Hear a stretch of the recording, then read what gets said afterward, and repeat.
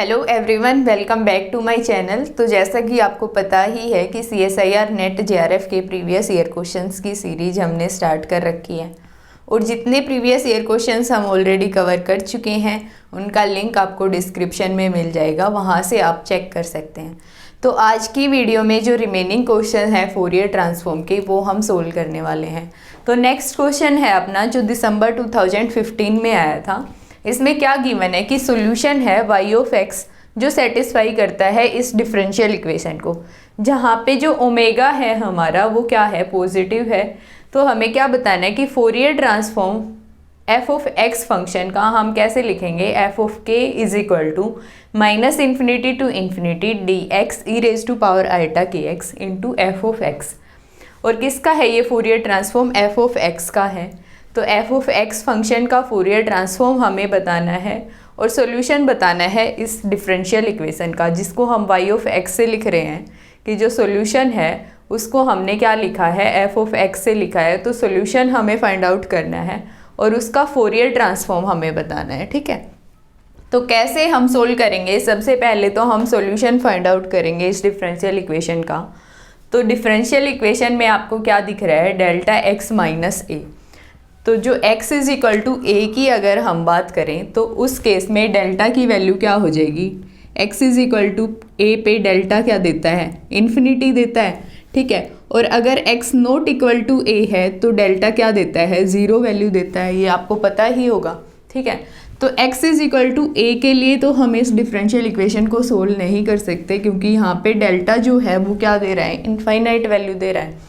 तो x not equal to a के लिए अगर हम इक्वेशन लिखें तो कैसे लिखेंगे, d square y upon d x square minus omega square y is equal to 0। और ऐसी इक्वेशन को सोल्व करना हमने देखा हुआ है। ये किस टाइप की इक्वेशन है, second order linear homogeneous differential equation है विद कांस्टेंट कोफिशिएंट। तो उसका जो सॉल्यूशन होता है y ऑफ x वो किसके इक्वल होता है, कॉम्प्लीमेंट्री फंक्शन। और कॉम्प्लीमेंट्री फंक्शन के लिए हम क्या लिखते हैं, ऑक्सिलरी इक्वेशन लिखते हैं। ऑक्सिलरी इक्वेशन क्या हो जाएगी, m square minus omega square is equal to 0। तो यहाँ से m की क्या वैल्यू आ रही है, प्लस माइनस ओमेगा। तो जो कॉम्प्लीमेंट्री फंक्शन होगा या फिर हम लिखें सॉल्यूशन जो होगा इस इक्वेशन का, वो क्या हो जाएगा, a इंटू में e raise to power omega x, क्योंकि x जो है अपना वो क्या है, इंडिपेंडेंट कोऑर्डिनेट है, प्लस b इंटू में e raise to power minus omega x, ठीक है। ये सॉल्यूशन हो जाएगा। और यहाँ पे जो हम इंटरवल कंसीडर करके चल रहे हैं वो क्या है अपना, कि x not equal to a पे हम बात कर रहे हैं, ठीक है। तो x not equal to a है और जो फोरियर में हमारा इंटरवल गिवन है वो क्या है, -∞ टू इन्फिनिटी। तो हमने फंक्शन को क्या देखना है कि -∞ से इन्फिनिटी की रेंज में x नॉट इक्वल टू ए को, जो x इज इक्वल टू ए है उसको छोड़ के फंक्शन हमारा किस तरह से डिफाइंड है, ठीक है। तो जो सॉल्यूशन होगा वो कैसे डिफाइन होगा, अगर हम देखें इन द रेंज ऑफ -∞ कि x जो है वो हमारा -∞ से बड़ा है और a से छोटा है, तो उस रेंज में क्या सॉल्यूशन पॉसिबल होना चाहिए। तो क्या हम लिखेंगे, a इंटू में e raise to power omega x, क्योंकि अगर हम ये वाली टर्म कंसीडर करेंगे तो उस केस में -∞ हमें क्या देगा, यहाँ पे इन्फिनिटी आएगी वैल्यू, ठीक है। और फोरियर ट्रांसफॉर्म के लिए जो पॉसिबल फंक्शन है, फोरियर ट्रांसफॉर्म हम किस फंक्शन का करते हैं, फोरियर ट्रांसफॉर्म हम उस फंक्शन का करते हैं जो अगर x tends two plus minus infinity अगर हम पुट करें तो फंक्शन हमें क्या वैल्यू दे, 0 वैल्यू दे, ठीक है। अगर x tends two plus minus infinity हम करते हैं तो f(x) अप्रोच करना चाहिए 0 को। अब अगर यहाँ पे हम x tends to minus infinity रखेंगे तो ये वैल्यू क्या दे रही है हमें, इन्फिनिटी। तो यहाँ से क्या पता चल रहा है कि ये टर्म हम नहीं कंसीडर करके चलेंगे जब ये रीजन हम कंसीडर कर रहे हैं, ठीक है। और अगर हम रीजन कंसीडर कर रहे हैं कि x ग्रेटर देन a है और लेस देन इन्फिनिटी है, तो उस केस में सॉल्यूशन हमारा क्या आ जाएगा, b इंटू में e raise to power minus omega x। ये समझ आया आपको, क्योंकि सॉल्यूशन तो हमारा ये आ रहा है, लेकिन हम क्या देख रहे हैं, फोरियर ट्रांसफॉर्म देख रहे हैं। तो फोरियर ट्रांसफॉर्म के लिए जो पॉसिबल फंक्शन होगा वो क्या होगा कि अगर x tends two plus minus infinity है तो फंक्शन किसको अप्रोच करना चाहिए, 0 को अप्रोच करना चाहिए। तो a की तो हम बात ही नहीं कर रहे, तो अगर a से स्मॉल है x और माइनस इन्फिनिटी से बड़ा है, इस रेंज में अगर x लाई करता है तो उसके लिए सॉल्यूशन ये हो जाएगा। और अगर x इस रेंज में लाई करता है तो सॉल्यूशन हमारा ये हो जाएगा।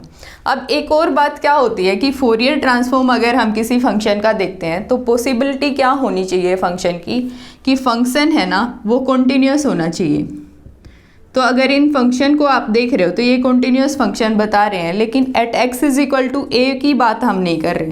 तो at x is equal to a पे भी फंक्शन क्या होना चाहिए, कॉन्टीन्यूस फंक्शन होना चाहिए। तो at x is equal to a पे फंक्शन को हम कैसे लिखेंगे कि अगर y ऑफ x हम लिख रहे हैं इस रेंज में, तो x is equal to a की हम बात करें तो क्या वैल्यू देगा, a इंटू में e raise to power omega a, x की जगह पे a रखेंगे। और दूसरे रीजन से हमें क्या वैल्यू मिल रही है कि b इंटू में e raise to power minus omega है। ये इक्वल होने चाहिए तभी कॉन्टीन्यूस फंक्शन होगा, ठीक है।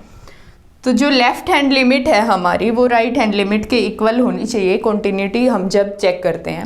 तो ये अगर इक्वल है तो यहाँ से a की वैल्यू हमें क्या मिल रही है, e raise to power minus omega a, और b की वैल्यू क्या मिलेगी, e raise to power omega a. अगर हम कंपेयर करें इन दोनों को तो a और b की ये वैल्यूज हमें मिलती हैं। तो फंक्शन हम किस तरह से डिफाइन करेंगे, तो अब a और b की वैल्यूज हम पुट कर देते हैं सॉल्यूशन जो हमने निकाला उसमें। तो सॉल्यूशन अगर ये वाली रेंज हम कंसीडर करते हैं कि अगर x जो है हमारा वो ग्रेटर देन है माइनस इन्फिनिटी और लेस देन है a, तो उस केस में सॉल्यूशन हमारा ये है। तो y ऑफ x क्या आ जाएगा, अगर a की वैल्यू हम रखते हैं तो e raise to power omega into में x माइनस ए, ये वैल्यू आ जाएगी।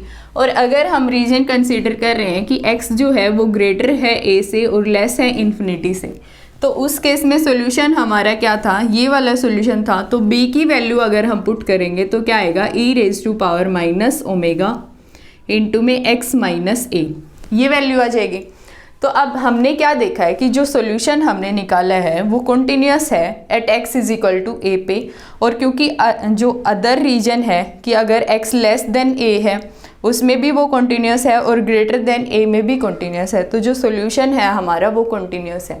तो एक बार ग्राफ से हम चेक कर लेते हैं कि जो सॉल्यूशन हमें मिल रहा है वो कॉन्टीन्यूस है क्या।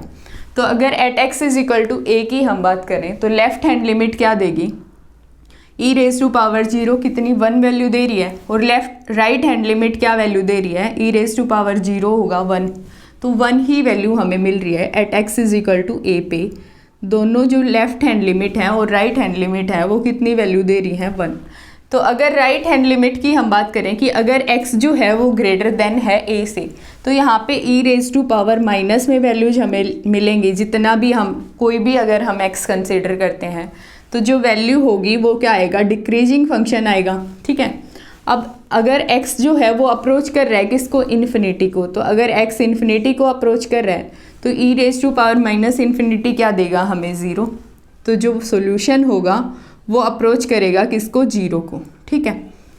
अब अगर नेगेटिव रीजन की हम बात करें कि अगर x जो है वो लेस देन है a से, तो अगर लेस देन a होगा तो कोई भी वैल्यू हम कंसीडर करें, यहाँ पे भी हमें क्या मिल रहा है, e raise to power negative मिल रहा है, तो जो फंक्शन है वो डिक्रीजिंग फंक्शन है, ठीक है। और अगर हम क्या लेते हैं, x tends to minus infinity अगर हम लेते हैं तो उस केस में जो e raise to power minus infinity हमें क्या देगा, तो जो सॉल्यूशन है वो किसको अप्रोच कर रहा है, 0 को ही अप्रोच कर रहा है। तो यहाँ से हमें क्या पता चल रहा है ग्राफ से कि जो सॉल्यूशन हमने निकाला है वो कॉन्टीन्यूस सॉल्यूशन है, कॉन्टीन्यूस फंक्शन है, ऐसे हम बोल सकते हैं, ठीक है। तो इस कॉन्टीन्यूस सॉल्यूशन के लिए हम क्या चेक करते हैं, अगर इसकी जनरल फॉर्म हम लिखें तो जनरल फॉर्म हम कैसे लिखेंगे, जनरल फॉर्म क्या आ जाएगी सॉल्यूशन की, ऐसे हम लिख सकते हैं कि e raise to power minus omega mod of x minus a, ठीक है।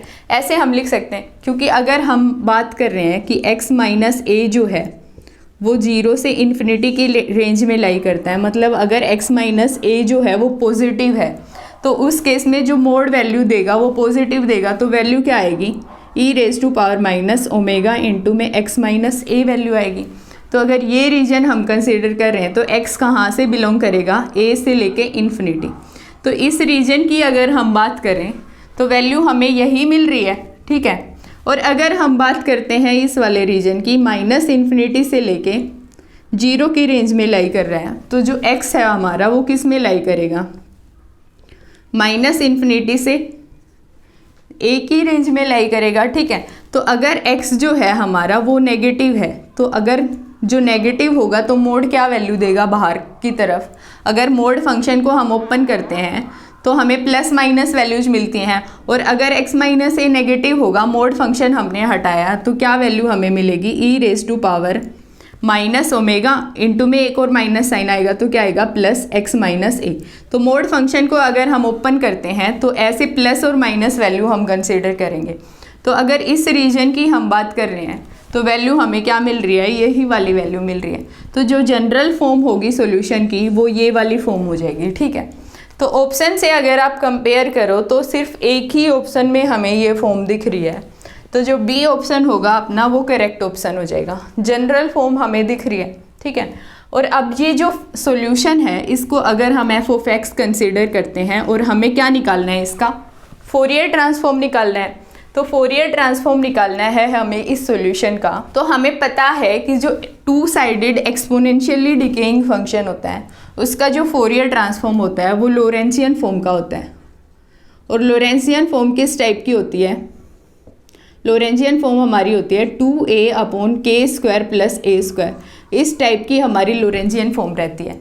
तो वहाँ से भी हमें पता चलेगा कि के स्क्वायर प्लस ओमेगा स्क्वायर, और जहाँ पे जो ये a है वो ये बताता है कि यहाँ पे जो कोफिशिएंट होगा ना मोड के बाहर वो a को रिप्रेजेंट करेगा।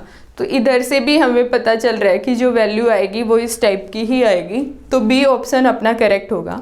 अगर आपको सॉल्यूशन में ये जो फॉर्म है सॉल्यूशन की वो दो किसी ऑप्शन में दिख जाती है, किसी अदर ऑप्शन में भी दिख जाती है, तो हमें फाइंड आउट करना पड़ेगा कि जो फोरियर ट्रांसफॉर्म है सॉल्यूशन का वो क्या आएगा, ठीक है। तो उस केस में कैसे आप सोल्व करोगे क्वेश्चन को कि उस सॉल्यूशन का फोरियर ट्रांसफॉर्म हम कैसे निकालें, वो हम एक बार और देख लेते हैं। फोरियर ट्रांसफॉर्म को इसने लिखा है एफ ऑफ के, किसी भी फंक्शन का हम इस तरह से निकालेंगे। तो यहाँ पे जो फंक्शन है हमारा वो क्या है, सॉल्यूशन है इस डिफरेंशियल इक्वेशन का। तो एफ ऑफ के हम कैसे लिखेंगे, minus infinity to infinity f of x की वैल्यू हम पुट करेंगे, और वो क्या है, e raise to power minus omega mod of x minus a, ठीक है। इनटू में क्या आएगा, e raise to power iota k x into d x. ये ऐसे हम लिखेंगे। तो अब हमने सॉल्यूशन को देखा किस रेंज में हमारा डिफाइन था कि जो x था वो किस एक तो ग्रेटर देन a और लेस देन इन्फिनिटी की रेंज थी, और एक हमारी क्या थी कि ग्रेटर देन माइनस इन्फिनिटी और लेस देन a। तो इसके लिए वैल्यू हमें क्या मिल रही थी, e raise to power minus omega into x minus a, ये वाली सॉल्यूशन हमें मिल रहा था। और इस रेंज के लिए सॉल्यूशन हमें क्या मिल रहा था कि ओमेगा इंटू में एक्स माइनस ए, ये सॉल्यूशन हमें मिल रहा था, ठीक है। तो यहाँ पे हम रेंज डिफाइन करेंगे कि अगर हम लिमिट कंसीडर करके चलते हैं माइनस इन्फिनिटी टू ए, तो उस केस में जो सॉल्यूशन होगा हमारा माइनस इन्फिनिटी टू ए, ये वाला हम लिखेंगे सॉल्यूशन का। तो e raise to power omega into x minus a, ऐसे हम कंसीडर करेंगे। इंटू में e raise to power iota k x into d x. और अगर हम रीजन लेके चलते हैं ए इंटू इन्फिनिटी, तो उस केस में सॉल्यूशन हमारा ये वाला था। तो e raise to power minus omega into x minus a, e raise to power iota k x into में डी एक्स, ठीक है। तो इंटीग्रल हम सोल्व करते हैं, इसको हम लिखेंगे e raise to power minus omega, ये तो हमारा कॉन्स्टेंट है तो बाहर आ जाएगा। और इंटीग्रल को हम कैसे लिख रहे हैं, e raise to power omega plus iota k into में एक्स इंटू डी एक्स। और जो रीजन है हमारा वो क्या है, माइनस इन्फिनिटी टू ए, ठीक है। अब दूसरे इंटीग्रल को हम कैसे लिखेंगे, यहाँ से e raise to power omega a हमारा बाहर आ जाएगा, और a to infinity e raise to power iota k minus omega, या फिर मैं लिखूँ माइनस ओमेगा, हम अगर माइनस साइन अगर हम बाहर लेते हैं तो ओमेगा माइनस आइटा के into x into d x, ऐसे हम लिखेंगे, ठीक है। तो इसका इंटीग्रल हम सोल्व करते हैं। तो जनरल फॉर्म तो हमने सॉल्यूशन की क्या लिखी थी कि y ऑफ x जो है हमारा वो इस टाइप का है minus omega mod of x minus a, ठीक है। लेकिन सॉल्यूशन में हमें क्या गिवन, जो ऑप्शन है उनमें हमें सॉल्यूशन गिवन है कि 1/2 ओमेगा से भी हम डिवाइड करेंगे। तो फोरियर ट्रांसफॉर्म अगर हम सॉल्यूशन का निकालें तो 1/2 ओमेगा भी हम लेके चलेंगे, तो 1/2 ओमेगा क्या आ जाएगा, आउटसाइड आ जाएगा सबसे, क्योंकि ये क्या है, कांस्टेंट है, तो इंटीग्रल से बाहर आ जाएगा, ठीक है। तो फोरियर ट्रांसफॉर्म क्या हो जाएगा सॉल्यूशन का, 1/2 ओमेगा तो हमारा है ही बाहर, और यहाँ से e raise to power minus omega a भी बाहर था, तो इसका इंटीग्रल अगर हम करते हैं तो क्या आएगा, e raise to power omega plus iota k into में x divided by omega plus iota k, और लिमिट हम पुट करेंगे क्या, माइनस इन्फिनिटी टू a, ठीक है, plus e raise to power omega a तो है ही यहाँ पे, और इसका इंटीग्रल अगर हम करते हैं तो क्या आएगा, e raise to power minus iota minus omega minus iota k into में x divided by minus omega minus iota k, और लिमिट क्या आ जाएगी, a टू इन्फिनिटी, ठीक है। तो अब लिमिट हम पुट करते हैं, 1/2 ओमेगा तो हमारा है ही, और e raise to power minus omega a भी है, और इसमें अगर हम लिमिट पुट करें x is equal to a तो क्या आएगा, e raise to power omega plus iota k into में a डिवाइडेड बाई क्या है, ओमेगा प्लस आयटा के, और माइनस लोअर लिमिट अगर हम पुट करते हैं तो माइनस इन्फिनिटी अगर हम रखेंगे तो e raise to power minus infinity क्या देगा, 0 वैल्यू देगा, तो हम नहीं लिख रहे यहाँ पे, ठीक है। दूसरी टर्म के लिए क्या होगा, e raise to power omega a तो हमारा है ही, और अगर इन्फिनिटी हम रखते हैं तो e raise to power minus infinity 0 value देगा, और अगर a हम रख रहे हैं तो क्या आएगा, e raise to power minus omega minus iota k into में a, और लोअर लिमिट के लिए एक माइनस साइन होता है, तो ये माइनस माइनस क्या हो जाएगा, प्लस हो जाएगा, तो ओमेगा माइनस आयटा के, ठीक है।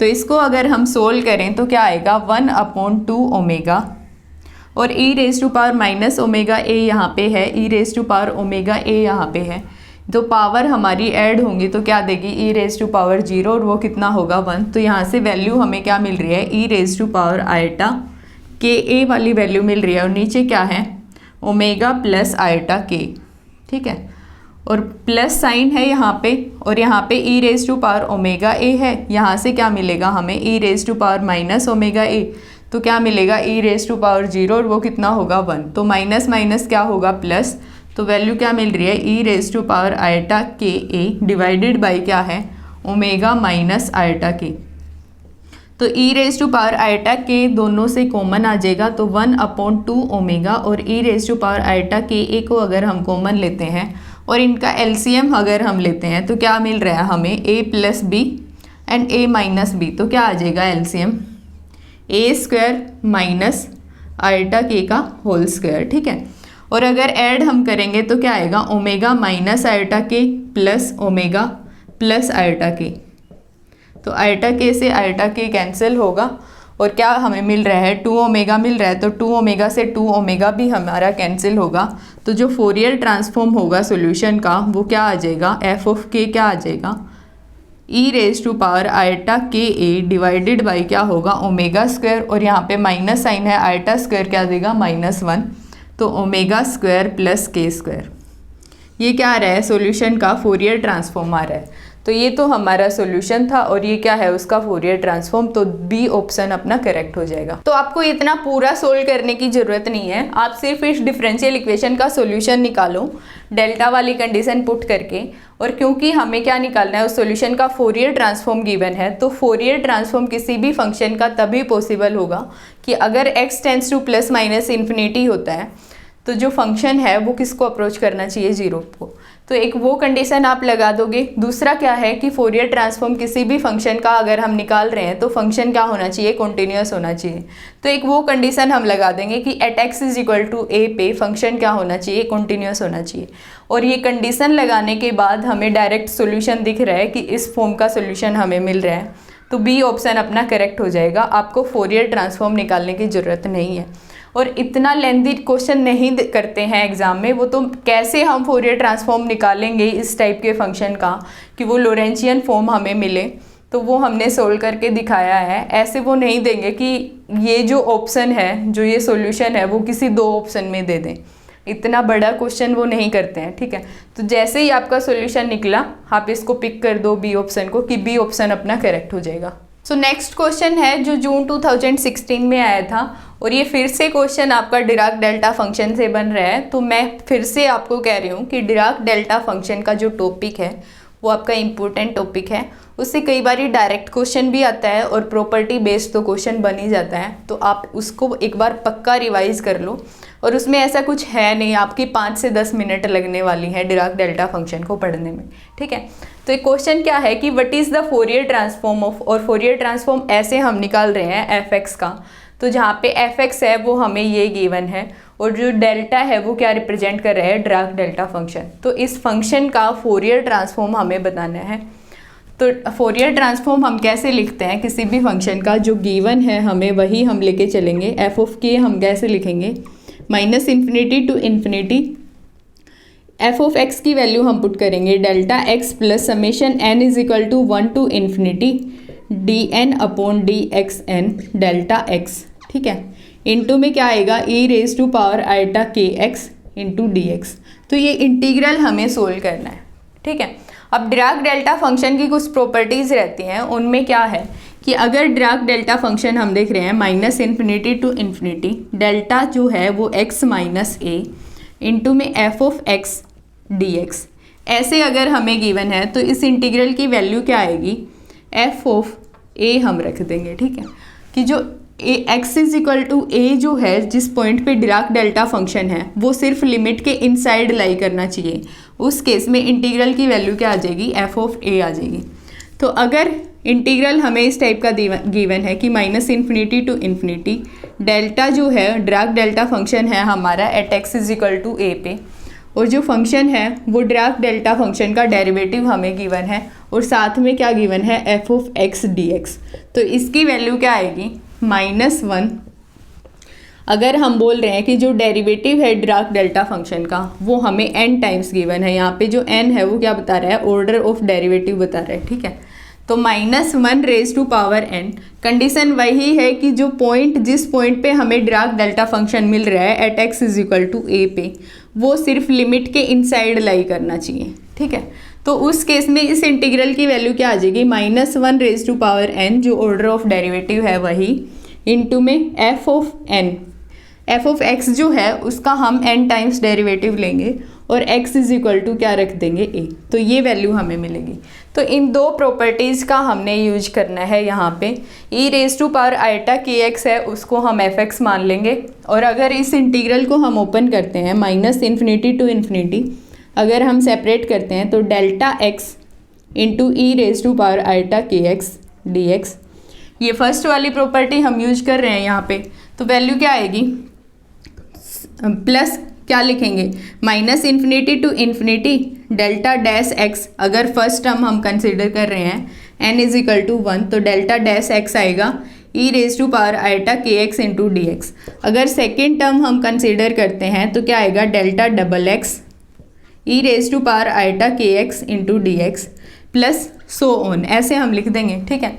तो जो फर्स्ट प्रॉपर्टी का अगर हम यूज करें तो फर्स्ट इंटीग्रल की वैल्यू हमें क्या मिल रही है, एफ ऑफ ए मिल रही है e raise to power iota के, और एक्स की जगह पे हम क्या रख रहे हैं कि जिस पॉइंट पे हमें डिराक डेल्टा फंक्शन है, तो डेल्टा एक्स यहाँ पे गिवन है, तो डेल्टा एक्स जो है वो एक्स इज इक्वल टू 0 पे हमें गिवन है, तो एक्स की जगह पे हम क्या रखेंगे, 0।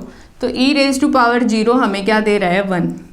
तो फर्स्ट टर्म से हमें क्या मिलेगा, 1 मिलेगा। सेकेंड टर्म की अगर हम बात करें तो सेकेंड वाली प्रॉपर्टी हम यूज़ करेंगे, जहाँ पे जो ऑर्डर ऑफ डेरिवेटिव है वो कितना गिवन है, 1 टाइम्स। तो क्या आ जाएगा, -1 रेज टू पावर 1 और ई रेज टू पावर आइटा के, और वैल्यू हम क्या रखेंगे, डेरिवेटिव करेंगे इसका। तो इसका डेरिवेटिव अगर हम करते हैं तो e raise to power iota k x into में आइटा के हमें मिलेगा, और x की जगह पे हमने क्या रखना है, x इज इक्वल टू 0। तो ये वैल्यू हमें क्या देगी, 1 वैल्यू देगी। तो यहाँ से हमें क्या मिल रहा है, माइनस ऑफ आइटा के, ये वैल्यू मिल रही है, ठीक है। अब थर्ड टर्म की अगर हम बात करें तो डबल डेरिवेटिव हमें गिवन है, तो -1 का क्या हो जाएगा, स्क्वायर हो जाएगा, -1⁻², क्योंकि 2 बार डेरिवेटिव हमें गिवन है। तो इसका 2 बार डेरिवेटिव हम करते हैं तो क्या मिलेगा, आयटा के का क्या होगा, होल स्क्वायर होगा, और x की जगह पे हम 0 रखेंगे तो e⁻0 क्या देगा, 1। तो सिमिलरली नेक्स्ट टर्म हम कैसे लिख सकते हैं, -1⁻3 आयटा k⁻3 ऐसे लिख देंगे, एंड सो ऑन। तो इसको अगर हम सोल्व करें तो हम कैसे लिखेंगे कि फोरियर ट्रांसफॉर्म क्या हो जाएगा फंक्शन का, 1 प्लस माइनस आयटा के प्लस माइनस आयटा के का होल स्क्वायर, -1 को हम इसके साथ लिख रहे हैं, ठीक है, प्लस माइनस आयटा के इसकी क्या है, क्यूब, एंड सो ऑन। तो ये एक जीपी सीरीज हमें दिख रही है, और जीपी सीरीज का सम क्या होता है, जीपी सीरीज का सम हम निकालेंगे यहाँ पे, वो क्या होता है, a/1 - r। तो a क्या है, फर्स्ट टर्म, तो फर्स्ट टर्म कितनी है, 1, और 1 - r की वैल्यू कितनी है, कि जो प्रोडक्ट दे रहा है बार बार वो कितनी दे रहा है, माइनस आयटा के, तो 1 माइनस आयटा के क्या होगा, 1 प्लस आयटा के, तो 1/1 प्लस आयटा के। तो जो बी ऑप्शन होगा वो हमारा करेक्ट ऑप्शन हो जाएगा, ठीक है। तो जो रिमेनिंग क्वेश्चन है वो हम नेक्स्ट वीडियो में करेंगे। आज की वीडियो यहीं पे ख़त्म होती है, मिलते हैं नेक्स्ट वीडियो में।